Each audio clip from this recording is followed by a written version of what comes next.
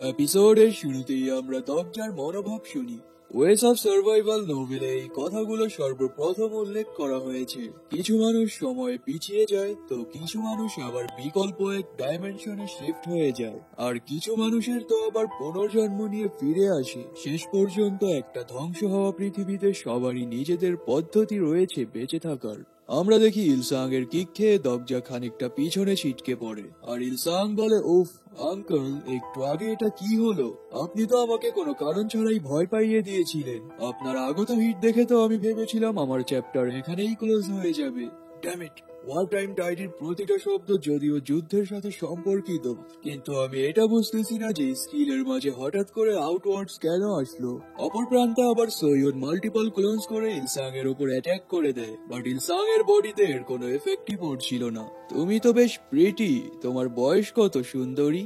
O shut up and মরো, এটা বলেই সৈয়দ তার উপর আবারও একের পর এক অ্যাটাক করতে থাকে। আজও তোমাদের সমস্যাটা কোথায়? আমি তো কিছুই বুঝতেছি না। এত বছর পর আমার মতো একজন হ্যান্ডসাম রিটার্নি ফিরে এসেছে। তোমাদের উচিত ছিল আমাকে বুকে জড়িয়ে স্বাগত জানানো, তা না করে তোমরা অ্যাটাকের উপর অ্যাটাক করেই যাচ্ছ। এটা বলেই হাসতে খেলতে অ্যাটাক গুলো ডজ করতে থাকে। এই, তুমি এসব কি করছো? আমার তো মনে হচ্ছে আমাকে 4-5টা মশা মাছি বিরক্ত করছে। বুঝেছি, তোমরা তো হান্টার অ্যাসোসিয়েশনের লোক, তাই না? তারাই একমাত্র ব্যক্তি যারা রিটার্নিরা ফিরে আসলে তাদের পাওয়ার চেক করার জন্য ফাইট স্টার্ট করায়। ওর কথা শুনে সৈয়দ রেগে চেঁচিয়ে বলে, ফুচকার বাচ্চা, সেই কখন থেকে কি সব আবল তাবল বকছিস? এখানে এরকম কিছুই নেই। হঠাৎ কিছু নোটিফিকেশন পপ আপ হয়, যেখানে লেখা ছিল 3rd, 4th and 5th answer দিয়ে দেওয়া হয়েছে।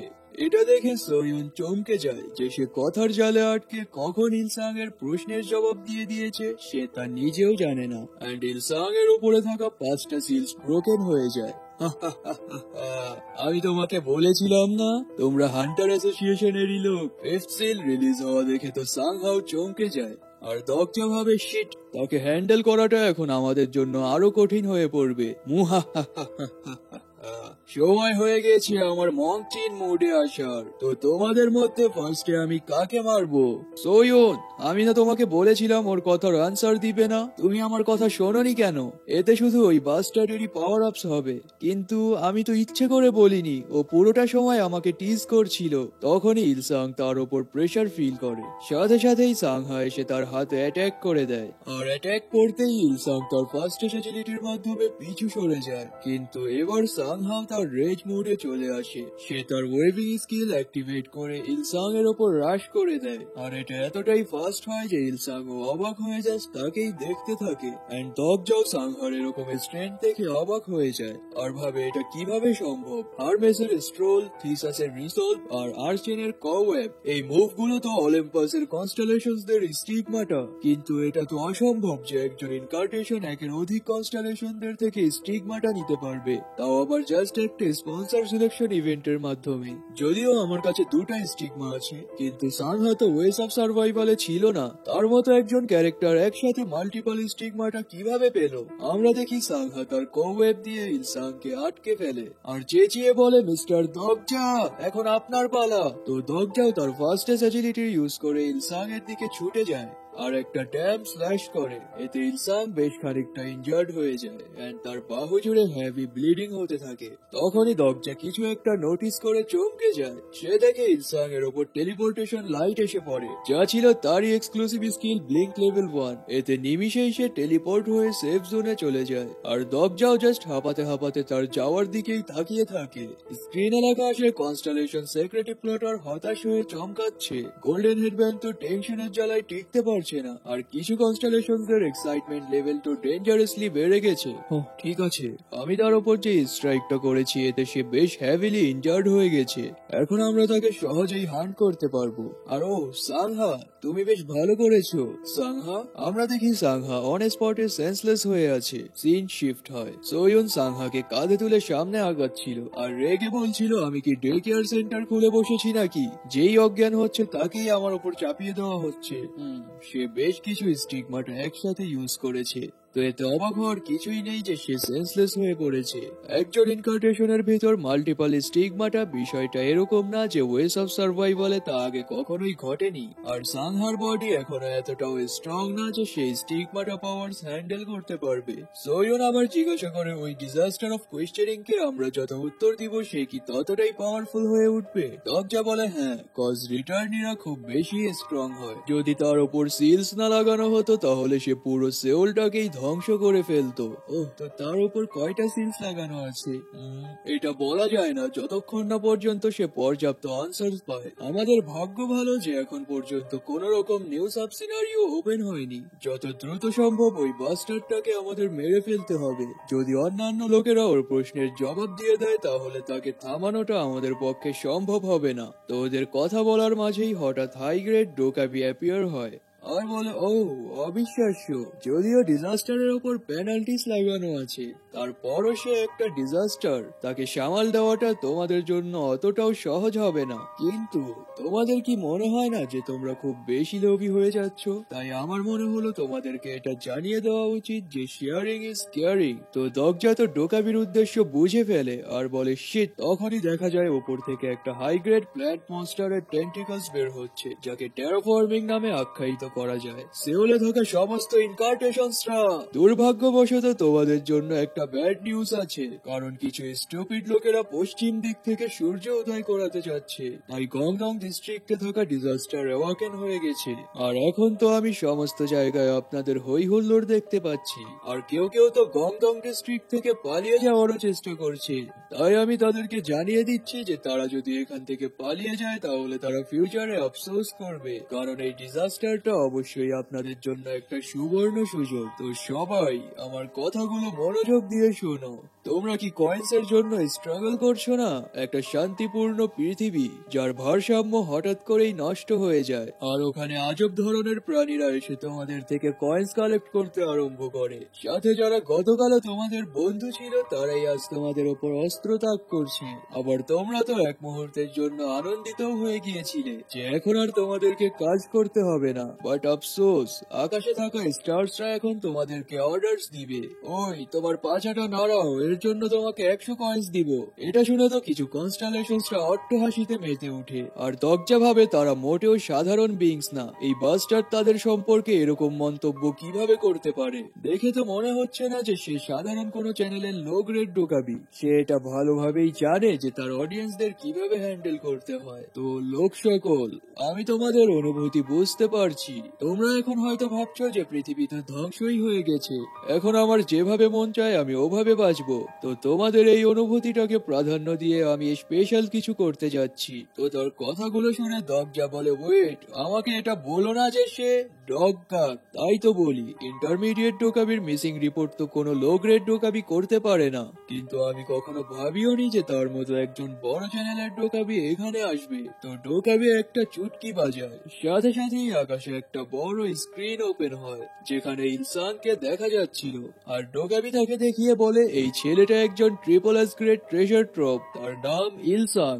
আর সে বেশ লাকি ছিল যে তাকে স্টার স্ট্রিম থেকে বাছাই করে ভিন্ন জগতে পাঠানো হয়েছিল। আর তোমরা তো এরকম বিষয়গুলোর পিকচারিংও করেছো, যেখানে কেউ একজন হঠাৎ করে নতুন জগতে চলে যায়, যেখানে সে অবিশ্বাস্য পাওয়ার্স পায়, সাথে হট এলফ গার্লফ্রেন্ডের সাথে রাত কাটানো। তোমরা জাস্ট ইমাজিন করে দেখো, একটা পৃথিবীর সেভিয়র এন্ড আইডলাইজড হিরো, তা হওয়াটা কতটাই না মজাদার। হ্যাঁ, এই ছেলেটাই সে যে কিনা ওরকম একটা সুবর্ণ সুযোগ পেয়েছিল। আর সেই এখন তোমাদের পৃথিবীতে আবারও ফিরে এসেছে, তাও আবার ডিজাস্টারের রূপ নিয়ে। তো তোমাদের যা করতে হবে তা হলো জাস্ট একে মেরে ফেলা। তোমরা এখন প্রশ্ন করতে পারো যে আমরা একজন ট্রিপল এস গ্রেডের মনস্টারের সাথে কিভাবে ফাইট করব। তো এটা নিয়ে চিন্তিত হওয়ার কোনো কারণ নেই, কজ তার পাওয়ার্স গুলো বর্তমানে সিল করা আছে। সে শক্তিশালী বটে, কিন্তু জাস্ট একটা ট্রেজার ট্রোভ হিসেবে। তার বিরুদ্ধে উইন করাটা খুব ইজি যদি তোমরা তোমাদের লোক সংখ্যার অ্যাডভান্টেজ ইউজ করো। এগুলো শুনে তো দরজা ভাবে একটা ডিজাস্টার যাকে সবাই ভাই ভয় করে। তাকে যদি ট্রেজার ট্রোভ নামে আখ্যায়িত করা হয় তাহলে এখন কি হবে? সাব সিনারিও আপডেট করা হয়েছে। Sub scenario triple S grade hunt. Clear conditions triple S grade hero ইলসাংকে হত্যা করা। Reward 50,000 coins. ফেলিয়ার পুরো সেউল ডোমের ধ্বংস। আমরা ইলসাংকে দেখি সে এখনো ইনজার্ড অবস্থায় ছিল আর সামনে আগাতে আগাতে ভাবছিল এই ব্লিডিংটা বন্ধ হচ্ছে না কেন। তখনই সামনে থাকা কিছু লোকেরা চেঁচিয়ে বলে ওঠে, ওই যে ওটাই তো সেই লোকটা যে অন্য পৃথিবী থেকে ফিরে এসেছে। এটা শুনে ইলসাং ও জোকারদের মতো হাত উপর করে বলে, হ্যাঁ ওটা আমি। ও এখানে তো দেখছি আমি লোকেদের পেয়ে গেলাম। লোকেরা তাকে বলে, তুমি তো অন্য ওয়ার্ল্ড থেকে খুব আনন্দ ফুর্তি করে এখানে এসেছো। ইলসাং বলে, হ্যাঁ আমি খুব আনন্দ ফুর্তি করে এসেছি। তোমরা কি আমার প্রতি জেলাস? যদি জেলাস হও তাহলে তোমরা চাইলে আমি তোমাদেরকেও ওখানে পাঠাতে পারি। এটা শুনে লোকেরা বলে, হোয়াট, তুমি এসব কি বলছো? আমরাও ওখানে যেতে পারবো? হ্যাঁ শিওর, তোমরা যেতে পারবে। তোমরা কি আসলেই শিওর যে তোমরা ওখানে যেতে চাও? লোকেরা বলে, হ্যাঁ অবশ্যই হ্যাঁ, এই ফালতু পৃথিবী থেকে অন্য যে কোনো ওয়ার্ল্ড বেটার হবে। তো ইলসাং তো লোকেদের সাথে উইয়ার্ড কথাবার্তা বলে তার সিলস গুলো ওপেন করে নিচ্ছিল। স্ক্রিনে একের পর এক মেসেজ আসতে থাকে। রিটার্নি ইলসাং এর উপরে থাকা 8, 9, 12, 13, 14 সিলস ভেঙে গেছে। তখনই দগজাও লোকেদের ভিড়ের ওখানে চলে আসে আর ইলসাং বলে, ফাইন, আমি তাহলে তোমাদেরকে ওখানে পাঠাচ্ছি, কিন্তু আমার মনে হয় না ওই ওয়ার্ল্ডটা এখান থেকে বেশি বেটার হবে, কারণ আমি ওই ওয়ার্ল্ডের সমস্ত কিছু ধ্বংস করে ফেলেছি। এটা বলেই ক্রিসমন ফ্লেম ক্যানন লেভেল 3 অ্যাক্টিভেট করে সামনের দিকে ফায়ার করে দেয়। আমরা দেখি এবার তার ক্রিসমন ফ্লেম স্কিল থেকে এতটাই বেশি পরিমাণে এনার্জি রিলিজ হয় যে সামনে থাকা পুরো এরিয়াটা ফ্লেমে কভার হয়ে যায়। অতঃপর দেখানো হয় দগজা কোন রকম স্কিলে হিট হওয়ার আগেই সোয়ুনকে নিয়ে পাশে জাম্প করে বেঁচে যায়। এন্ড আমাদেরকে সামনে দেখানো হয় ওখানে থাকা সমস্ত লোক তার ফ্লেমে পুড়ে ভ্যানিশ হয়ে গেছে। ওখানে যে কিছুক্ষণ আগেও লোকেরা দাঁড়িয়েছিল তার কোনো ছিটে ফোটাও দেখা যাচ্ছিল না, যা দেখে তো এবার দগজাও আতঙ্কের মধ্যে পড়ে যায়। আর সোয়ুন বলে, এই বাস্টার্ডের বিরুদ্ধে কি মোকাবিলা করাটা আদৌ সম্ভব হবে? এই লোকেরা, আর কেউ কি আছো যারা অন্য জগতে যেতে চাও? তাহলে তোমাদের হাত ওপর করো, আমি তোমাদের পাঠিয়ে দিচ্ছি। আমাদের জেতার চান্স এখনো আছে। যদি আমরা একে হান্ট করতে পারি তাহলে এটা শিওর যে খুব ভালো রিওয়ার্ডস পাবো। সোয়ুন বলে, তুমি কি পাগল হলে নাকি? তার বিরুদ্ধে জেতা আমাদের পক্ষে কোনোভাবেই সম্ভব না। তো ওদের কথাবার্তা বলার মাঝেই হঠাৎ ইলসাং সোয়ুনের পিছনে চলে আসে আর বলে, দেখে তো মনে হচ্ছে আমি এখানে কিছু লোক পেয়েছি। ও তোমরা তো ওই হান্টার অ্যাসোসিয়েশনের লোকেরা, তাই না? গ্রেট, আমি তো তোমাদেরই খুঁজছিলাম। আমি তো জাস্ট একজন ডিসেন্ট ব্যক্তি হয়ে বাঁচতে চেয়েছিলাম, কিন্তু আমার সাথে এরকমটা কেন করা হলো? এটা বলেই ওদের ওপর অ্যাটাক করে দেয়। আমরা একটা ব্লাস্টের সিন দেখি যার দ্বারা এটা বোঝা যায় যে দগজা এন্ড সোয়ুন মারা গেছে, কিন্তু না, তারা মরেনি আর এত সহজে মরবেও না।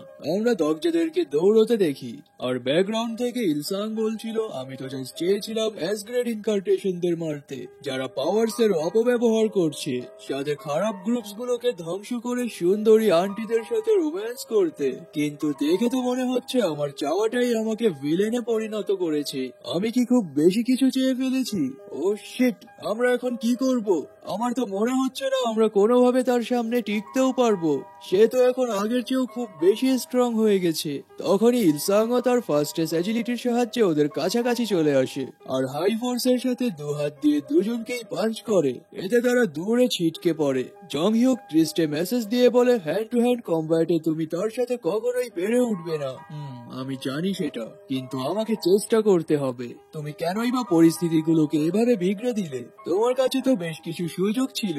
যদি তুমি সেওল হাকে মেরে ফেলতে বা অ্যান্টিনাসকে মারতে লাইকনের সাহায্য করতে তাহলে এসব কিছুই হতো না।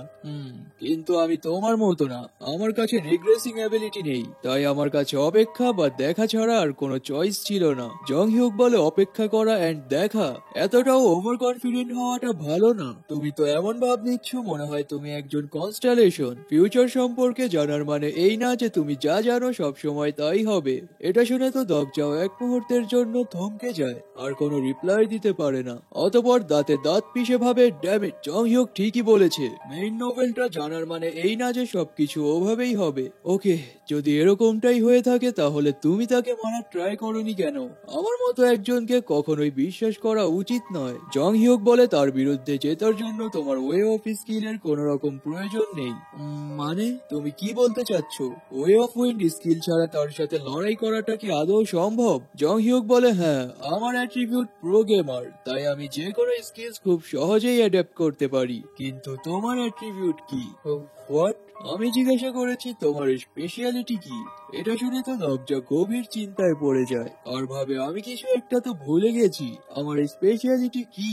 তো দবজার আচমকা দাঁড়ানো দেখে ইলসাং বলে, কি ব্যাপার, তুমি কি আর দৌড়বে না? তুমি কি এখন আসলেই আমার সাথে ফাইট করতে চাচ্ছ? তুমি হয়তো ভুলে গেছো যে একটু আগে আমার পাঞ্চ খেয়ে তুমি উড়ে গিয়েছিলে। দবজা তার কথার পাত্তা না দিয়ে একটা দীর্ঘ শ্বাস ফেলে আর ভাবে, খুব গুরুত্বপূর্ণ কিছু একটা তো আছে যার সম্পর্কে আমি ভুলে গেছি। শান্ত হও দবজা আর ভাবো তোমার স্পেশালিটি কি। হ্যাঁ, পেয়েছি, আমার বৈশিষ্ট্য হলো পড়া। স্ক্রিনে লেখা আসে omniscient readers view point stage 1 activate করা হয়েছে। তখনই ইলসাং ও দগজার উপর অ্যাটাক করে দেয়, বাট দগজা ইলসাং এর মুভগুলো পড়তে পারছিল। এতে সে ইলসাং এর ফার্স্ট স্টেজ পাঁচ গুলো থেকেও ডজ করে নেয়। অতঃপর stigma song of sword activate করে ফাইটের জন্য রেডি হয়ে যায়। স্টিগমা ওরা থেকে কিছু ওয়ার্ডস বের হচ্ছিল যা এরকম ছিল, আমি আজ মরার জন্য প্রস্তুত, আর আমি হেভেন্স এর কাছে প্রার্থনা করছি যাতে আমার শত্রুকে যে কোনো মূল্যে পরাজিত করা হোক। সাথে সাথেই স্ক্রিনে লেখা আসে আপনার ফাইটিং উইলের কারণে আপনার ওভারঅল কমব্যাট পাওয়ার হাইলি ইনক্রিজ করা হয়েছে।